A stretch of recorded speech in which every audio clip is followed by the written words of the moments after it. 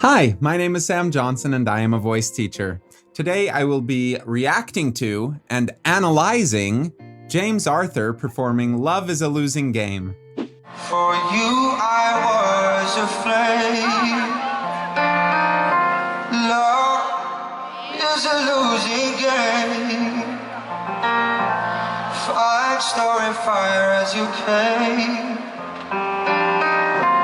Love is a losing game. One I wish I'd never play.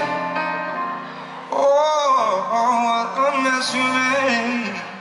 I love his runs. I've been working on runs in my voice lately and it's hard. I'm not good at it. He's really good at it. He moves so fast and with such precision to every note that he's going to. He's really talented at that. If you want to learn to be a better singer of runs, I highly suggest going over to Natalie Weiss's channel and checking out some of her content. She is great at breaking down riffs. I think she might even have something called Breaking Down Riffs. He's really good so far. It looks like he's so casual too. Like that's something that a lot of really good singers have in common is most of the time, if you turned off the volume, if you couldn't hear them at all, it looks like they're not working very hard. It looks like they're not even singing, like they might even just be speaking, which is something that we can kind of reverse engineer of feeling like, okay, I'm working too hard. I look really, really challenged while I'm singing. Okay, then what would you look like when you're relaxed? And then even just in how you're pronouncing words, love is a losing game. Love is a losing game. Do you look like you're working harder than that when you go to sing? Then what about just try moving your mouth like love is a losing game and then love is a losing game. Just move it the exact same way and you'll probably get a lot closer to something that sounds good than like trying to help the pitch out a lot. And now the final frame. Love is a losing game. Some of his vowels are a little bit muddy, actually, like on game. Like it's not a pure A, whatever that means. It's a little bit of that like, his tongue is kind of coloring the sound a little bit. And that's a thing that you can do and get away with really well because you can balance pretty much any sound and make it a sound that is repeatable. Lay down by the bed.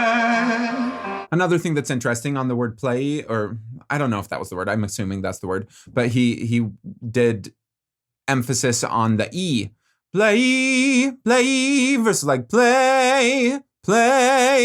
And if you lean into it really quick like this, again, for this style of music, it can work really, really well, as long as it's an intentional thing. Sometimes people are not aware of just how they're forming diphthongs. Diphthongs are where there are two vowels next to each other, like play, there's an E and then an E. A lot of voice teachers will teach just trying to emphasize the first one. I'm a lot of voice teachers. That's me. I'm a lot of them. Every once in a while when someone does something like this, I think it's a really cool effect. It subverts what our expectation is, and a lot of good performances do that in a lot of different ways. Love is a losing fight. Jeez. It's just not fair. More than I could stand. Love is a losing hand. It's interesting on the love, he almost pulls chest voice up a little bit. It gets a little bit yelly. And then when he gets to the is, it no longer does. Love versus like if he kept his mouth a little bit more closed on both of them. Love. And it's not super noticeable in that part of the range. You know, whenever things like that happen that are not super noticeable, it's like, what's the point of fixing them?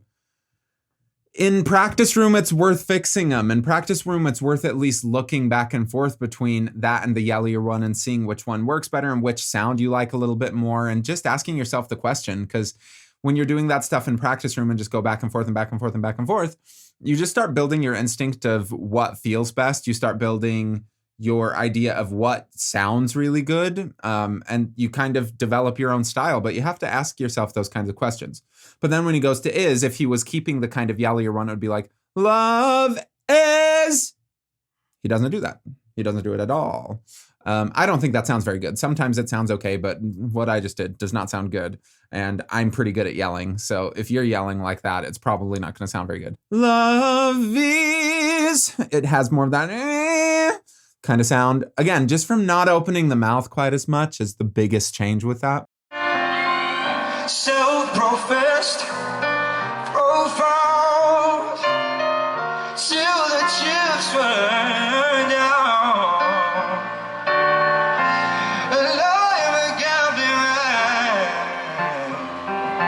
Same thing on that lie, like that G. It's an area that actually the yellier kind of approach sounds really good sometimes. If you're good at it, he doesn't go full yell, but there is a little bit of that extra opening that gives it this emotional depth. Love is a losing kind.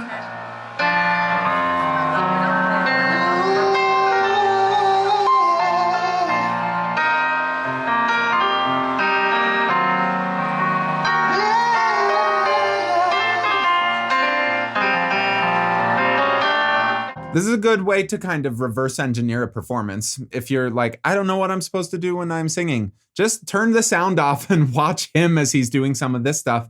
And then just look at how he's moving his head and stuff. And even if it feels really inauthentic, sometimes just copying a bunch of people like that just to learn kind of what a bunch of different people will do with their bodies and their heads. I guess the head is part of the body. Sound off below. Let's start a debate. Is the head part of the body?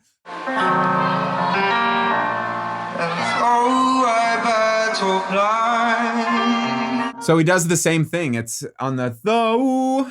Every O vowel is a diphthong. So even though doesn't really sound like it as much as like a they or something, a, though, there's a oo at the end of it. And so he's using the repetition of that same sort of lean into the second vowel thing to make it just sound more interesting and also to make it sound more consistent with himself.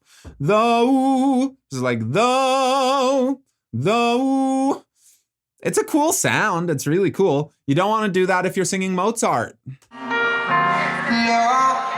is a favorite sight. This guy. Oh, and he's turning into a ghost now? That's just unfair. Is a favorite sight. Over utilities and left by the God. There are some singers who, when they get really runny like this, I think it's not my favorite thing. Like, if you look at some Americanae Dolie, is that Pig Latin? Some people on popular music singing television shows, when they're at like beginning rounds, a lot of times people get really, really runny. I think that's because they think that that's what good singers do. Sometimes good singers use a lot of runs. Sometimes good singers don't use any melisma or any runs at all. And it just kind of depends on your style and what you're good at and what the song needs. But maybe like if you're going to go audition for American Idol, go ask a bunch of people and be like, do I sound like I'm singing too hard? Do I sound like I'm trying too hard to make this sound like a certain style or something? Do I sound too runny in the way that like maybe an egg was thrown at my face? Or do I sound more like an egg that is beautifully cooked on top of a wonderful burger and it's creating this incredible sauce? And now the final frame. Love is a losing game. He's excellent. I know him mostly from that Impossible song. Yes, I do know him mostly from that Impossible song that he did. It's like the Impossible Whopper, but an Impossible song where it's music, but it's actually like fake music. But if you do it well, you don't really tell the difference. In that song, I'm very impressed by his range. And I know he can sing super high, super, super well. And actually, that's one of my favorite runs to kind of practice in the Eh. I don't know how to play piano, but it starts on a C sharp, and it's that, you can take what you want, I still die for you. Oh, that little thing. It's really fun to sing. He does it well. I know he can go really high. He's only going up to a G in this song. And that's another kind of important thing to point out, because I'm pointing it out. Therefore, it's important. It's important actually because a lot of people feel like they have to just go for money notes all the time. They have to just sing high notes. People think they only need to go really high all the time and loud and intense and just high. And it's not true. Like sometimes just one high note in a song can be way more effective than just, I'm showing off, I'm showing off, I'm showing off and beating this dead horse. He's wonderful. And I think that because he is so confident in his voice, he's no longer at this like, okay, I just got to show off this new skill that I found out. I finally learned how to sing an A. So I'm going to just put it on everything that I do for the next 8 years. Instead, it's like, what does the song actually need? And so I really liked this. I think it's lovely. Thank you for watching this video. If you're interested in signing up for voice lessons, go to vocalese.net. That's a good place to book. I can't get in myself there. You know, I've tried to get in with a lesson there, and it just, they won't accept me for whatever reason. But I think that you might have a really good chance. So go to vocalese.net, leave a comment below, and go tell your mom you love her. I love you, Mom.